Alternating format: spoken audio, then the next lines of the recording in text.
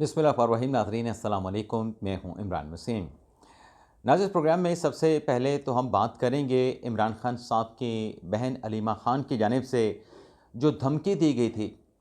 उस धमकी का पहला रिज़ल्ट यानी पहला नतीजा सामने आया है। अब वो नतीजा क्या है, धमकी क्या दी गई थी और किस ताकतवर शख्सियत ने या ताकतवर हलकों ने किससे रब्ता किया, क्या पैगाम दिया, इस बड़ी ख़बर से अपने ब्लॉग का आगाज़ करेंगे और इसके बाद हमारे प्रोग्राम की जो दीगर अहम ख़बरें हैं फिर उनकी तफसीलात भी आपकी खिदमत में पेश करेंगे। तो प्रोग्राम का आगाज़ करने से पहले आपसे दरख्वास्त के चैनल को सब्सक्राइब कर लें, बेल आइकॉन का बटन प्रेस करें। वीडियो पसंद आए तो इसे लाइक और शेयर ज़रूर कीजिएगा। तो ख़बर नाज़रीन ये है कि अलीमा ख़ान की जानिब से एक तरफ तो ये दावा किया जाता है कि इमरान खान साहब की बहन गैर सियासी हैं, उनका सियासत के साथ, पार्टी के साथ कोई ताल्लुक़ नहीं। लेकिन जो एक इंटरव्यू अलीमा ख़ान साहबा ने दिया और उस इंटरव्यू में जो बात की गई पाकिस्तान तहरीक इंसाफ की क़यादत की और पीटीआई की क़यादत पे जो सवालात उठाए गए और सवालात के साथ साथ अलीमा ख़ान ने जो वार्निंग दी, जो मुतनब्बे किया गया कि अगर पार्टी के लोग इमरान खान के साथ खड़े नहीं हो सकते तो वो साइड पे हो जाएं। अब जहां अलीमा खान साहबा का ये नैरेटिव है कि उनका सियासत के साथ कोई ताल्लुक़ नहीं, तो वो इमरान खान से मुलाकात के लिए, इमरान खान साहब की रिहाई के लिए बेशक अडयाला जेल के बाहर जाएं, अडयाला जेल के बाहर मुलाकात के लिए इंतज़ार करें, मुलाकात का मुतालबा करें और जो मर्ज़ी एक्टिविटीज़ करें। लेकिन जब वो पार्टी की क़यादत से ये मुतालबा करेंगी कि अगर वो इमरान खान के लिए खड़े नहीं हो सकते तो साइड पर हो जाएँ, तो इसका क्या मतलब लिया जाएगा? इसका मतलब यही लिया जाएगा कि अलीमा खान साहबा जो ख़ुद को गैर सियासी कहती हैं, वो पाकिस्तान तहरीक इंसाफ की क़यादत को, पाकिस्तान तहरीक इंसाफ के रहनुमाओं को वार्न कर रही हैं, उनको वार्निंग दे रही हैं कि आप खड़े हो जाएं, मुज़ाहमत की सियासत करें, घरों से निकलें, सड़कों को गर्म करें, एहतजाज करें, धरना दें, सड़कें बंद करें। तो जब अलीमा खान साहबा ने ये स्टेटमेंट जारी किया, पार्टी क़यादत के ऊपर सवालात उठाए, अली अमीन गंडापुर के इंटरव्यू को मोहसिन नकवी की आवाज़ करार दिया, तो उस पर नाज़रीन पाकिस्तान तहरीक इंसाफ का जो व्हाट्सएप ग्रुप है, पहले तो आप ये देखें ना कि जो शेर अफजल मरवत ने बात कही कि अलीमा खान ने पार्टी को बहुत नुकसान पहुंचाया, अलीमा खान ने पार्टी चेयरमैन को तब्दील करने का प्लान भी किया, उस प्लान से मुतल्लिक तो बैरिस्टर गौर साहब की तरदीद आ गई। बैरिस्टर गौर साहब ने कहा कि जो शेर अफजल मरवत साहब का स्टेटमेंट है वो अफसोसनाक है, कभी अलीमा खान ने ऐसा तासुर नहीं दिया कि वो पाकिस्तान तहरीक इंसाफ की चेयरपर्सन बनना चाहती हैं। अब बैरिस्टर गौर साहब का ये जो वजाहती या जो तरदीदी स्टेटमेंट है, इस पर मैं कोई तज्जिया नहीं करूँगा, इस पर मैं खामोशी अख्तियार करूँगा। और ख़ामोशी क्यों अख्तियार करूँगा? क्योंकि खामोशी की भी एक ज़बान होती है। अब आप समझ जाएँ कि मैं क्या कहना चाह रहा हूँ और उस बात से को कहने से मैं क्यों गुरेज कर रहा हूँ। आगे चलते हैं। अब बैरिस्टर गौर साहब कहते हैं कि शेर अफजल मरवत साहब ने वादा तोड़ दिया, उन्होंने मेरे साथ वादा किया था कि वो कोई मुतनाज़ा बात नहीं करेंगे। अब बैरिस्टर गौर साहब पार्टी के लोगों के ऊपर तो गरजते हैं, पार्टी के साबिक रहनुमा शेर अफजल मरवत को भी कहते हैं कि उन्होंने अच्छा नहीं किया, अफसोसनाक बयान दिया। लेकिन मरवत साहब ने भी बड़ी वजाहत के साथ, एक क्लैरिटी के साथ बात कह रखी थी कि मैं किसी को हिट नहीं करूँगा, किसी को टारगेट नहीं करूँगा। अगर मुझे कोई टारगेट करेगा, मुझे कोई मेरी हत्या करेगा तो मैं इसको जवाब ज़रूर दूंगा और उसको घर तक ज़रूर छोड़ के आऊँगा। तो सबसे पहले तो टारगेट किया गया अलीमा खान को, अपना शेर अफजल मरवत को अलीमा खान की तरफ से। शेर अफजल मरवत ने सिर्फ उसका जवाब दिया। अब ये जो कहा जा रहा है अलीमा खान की तरफ से कि अगर पार्टी के लोग खड़े नहीं हो सकते अपने बानी के लिए, मेरे भाई इमरान खान के लिए, तो साइड पर हो जाएँ, तो सवाल तो फिर ये पैदा होता है, गौर साहब बेशक तरदीद करें कि वो फिर किसको पार्टी क़यादत के तौर पर लाना चाहती हैं।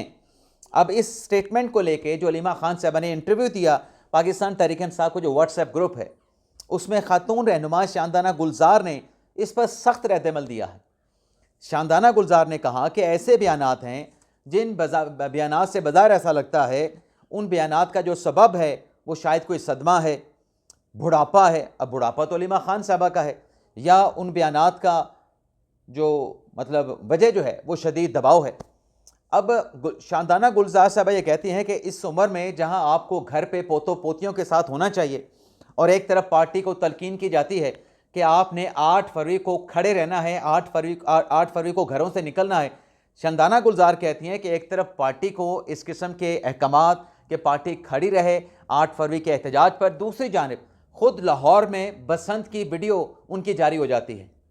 तो ये कॉलो फोइल में जो तजाद है, जो अलीमा खान साहबा पार्टी की क़यादत के ऊपर सवालात उठा रही हैं कि वो खड़े नहीं हो सकते तो साइड पे हो जाएं, तो उन्हें जवाब दिया है शानदाना गुलजार ने पाकिस्तान तहरीक इंसाफ के व्हाट्सएप ग्रुप में। जो रिपोर्ट हुआ है, जो खबर सामने आई है कि शानदाना गुलजार ये कह रही हैं कि हमें डायरेक्शन करने वाली कि 8 फरवरी को आपने एहतजाज करना है, निकलना है एहतजाज के लिए, आवाज़ उठानी है, आवाज़ बुलंद करनी है, वो ख़ुद तो 8 फरवरी को घर में बसंत मना रहे थे, उनकी वीडियो जारी हुई। अब ये जो शानदाना गुलजार साहबा ने कहा, इससे एक बात तो वाज़ेह है कि उनका रिएक्शन अलीमा खान के स्टेटमेंट पे था, और अलीमा खान के स्टेटमेंट पे जो शानदाना गुलजार का रिएक्शन है उससे ये भी वाज़ेह होता है कि पाकिस्तान तहरीक इंसाफ में अलीमा खान साहबा को लेके, उनके बयानात को लेके, पार्टी में उनकी मदाखलत को लेके बहुत ज़्यादा इख्तलाफात हैं, और ये इख्तलाफात कम होने के बजाय बढ़ते चले जा रहे हैं। यानी अलीमा खान साहबा जिन्होंने इमरान खान साहब की सेहत के मामले पे, तिबी देखभाल के मामले पे जो सियासत की, अब उस सियासत से मुतल्लिक भी आज एक एक्सक्लूसिव ख़बर सामने आई है। उस खबर में ये बताया गया कि जब पाकिस्तान तहरीक इंसाफ इमरान खान साहब की सेहत के मामले को लेके हुकूमत के साथ ऑन बोर्ड थी, हुकूमत के साथ मुज़ाकरात में थी, तो इस दौरान अलीमा खान साहबा, जिन्हें एक वफाकी वज़ीर, जो ये चाह रहे थे कि तहरीक इंसाफ को, इमरान खान साहब की फ़ैमिली को रिलीफ मिले, इमरान खान साहब की जो देखभाल है उसमें बेहतरी आए, इनका इत्मीनान हो, तो एक ताकतवर शख्सियत की जानिब से, अब ताकतवर शख्सियत तो इस्टेब्लिशमेंट से हो सकती है,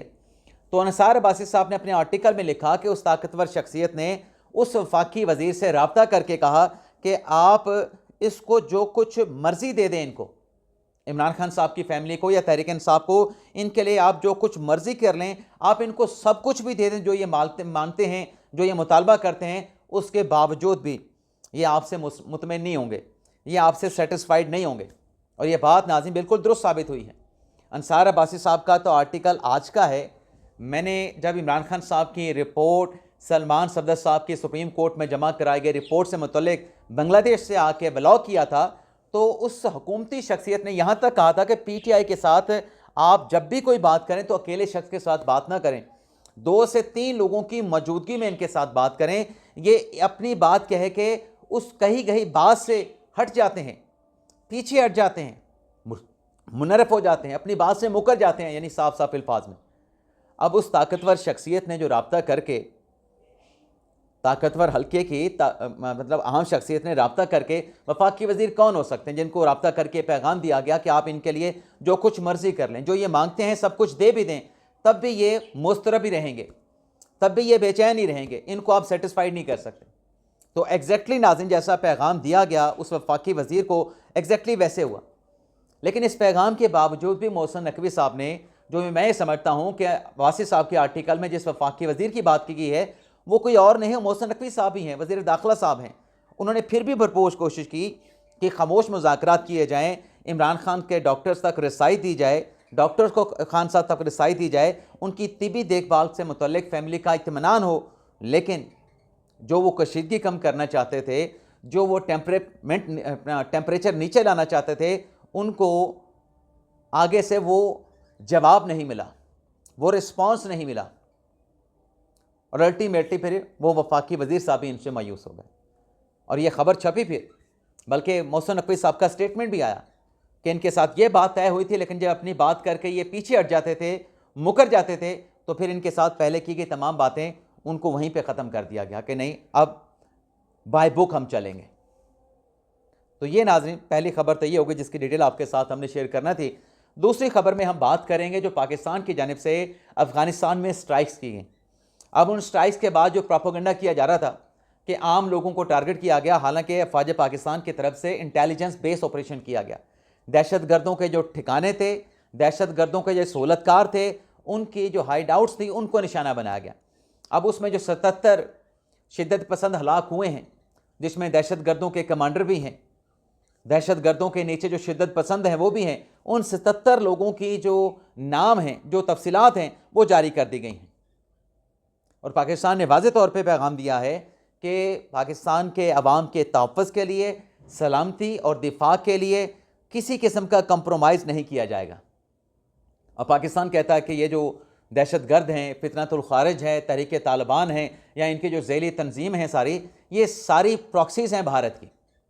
अब भारत का जिक्र हुआ है तो भारत से मुतल्लिक आपको एक ख़बर दे दें कि इंडिया की तरफ से जो अपना एक लड़ाका त्यारा बनाया गया, मैं तो कहूँगा बनाने की कोशिश की, कामयाब तो नहीं हो सके, बना तो उन्होंने लिया, लेकिन वो स्टेट ऑफ द आर्ट जैसे एक चीज़ होती है उस तरह का वो लड़ाका त्यारा नहीं बना सके। अब हुआ ये है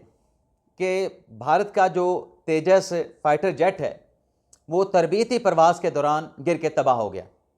और ये पहला वाक़या नहीं है कि तेजस फाइटर जेट जो है वो गिर के तबाह हुआ। इससे पहले राजस्थान में एक भारतीय बनाया गया त्यारा तेजस गिर के जो है वो तबाह हुआ। दूसरा त्यारा दुबई में जहाँ पर एयर शो में उसको लाया गया था वहाँ पे गिर के तबाह हुआ। और तीसरा जो त्यारा है वो अब गिर के तबाह हुआ। और तीसरे इस फाइटर जेट के गिरने के बाद अब भारतीय हुकूमत ने, भारतीय फ़िज़ाइया ने फ़ैसला किया है कि जितने भी फाइटर जेट हैं तेजास के जो कि भारत में बनाए गए हैं उनका दोबारा से जायज़ा लिया जाएगा, उनका दोबारा से जायज़ा लिया जाएगा। तो ये भारत से जुड़ी खबर हो गई। अब नाज़रीन आते हैं मरियम नवाज़ साहिबा से जुड़ी एक अहम खबर है। पहले तो नाज़रीन जो जहाज़ ख़रीदा गया, जहाज़ से मुझे पंजाब का नया ख़रीदा गया जहाज़, वो बात याद आ गई। उस पर जो उस्मा बुखारी साहिबा की वजाहत आई, अब उस वजाहत के बाद जो नई चीज़ रिपोर्ट हो रही है वो ये है कि ये त्यारा जो ख़रीदा गया है, पहले जो त्यारा पंजाब हुकूमत के पास था वो पुराना हो चुका था, उसकी जगह पे ये नया जो है वो जहाज़ ख़रीदा गया है। अब नया जहाज़ जो ख़रीदा गया है इसकी सपोर्ट में कि ये क्यों ख़रीदा गया, ये बताया गया है कि पहले वाला जो जहाज़ पंजाब हुकूमत के पास था, बल्कि तमाम सूबाई हुकूमतों के पास अपने अपने जहाज़ मौजूद हैं, लेकिन पंजाब हुकूमत का जो जहाज़ था वो पुराना हो चुका था, उसकी मेंटेनेंस बहुत ज़्यादा बढ़ चुकी थी और मेंटेनेंस बढ़ने से उसका जो ख़र्चा है वो ख़र्चा भी बहुत ज़्यादा बढ़ चुका था। अब पंजाब हुकूमत ये कह रही है कि ये बात पंजाब हुकूमत की वैसे ठीक है नई रिपोर्ट में कि ये मरियम नवाज़ का त्यारा नहीं, ये पंजाब हुकूमत का त्यारा है, ये वज़ीर आला का त्यारा है। और वज़ीर आला अगर आज मरियम नवाज़ हैं, कल पीटीआई से भी हो सकता है कोई वज़ीर आला, कल कोई पाकिस्तान पीपल्स पार्टी से भी हो सकता है। तो ये सूबे का असासा है, किसी मौजूदा वज़ीर आला का ज़ाती असासा नहीं है। और फिर इसमें कुछ और भी बातें बताई गई हैं, लेकिन सवाल ये पैदा होता है कि अगर इसी आइडियालॉजी के साथ ये जहाज़ ख़रीदा गया था कि पहले वाला पुराना हो गया, उसकी मेंटेनेंस के चार्जेस बढ़ चुके हैं, नया ख़रीदेंगे चार्जेस कम हो जाएंगे, मेंटेनेंस का ख़र्चा कम हो जाएगा, और नया जो ख़रीदा गया जहाज़ है वो 25 से 30 साल जो है वो पंजाब हुकूमत के सूबे के काम आएगा। तो ये उसी रोज़ ही जब उस्मा बुखारी साहब ने कहा कि चूँकि एयर पंजाब हमने शुरू करना है और ये जो जहाज़ ख़रीदा गया है उसे सिलसिले की एक कड़ी है, तो पहले दिन ही फिर यही मौक़िफ़ आना चाहिए था। अब चूँकि दो मौक़िफ़ आगे हैं,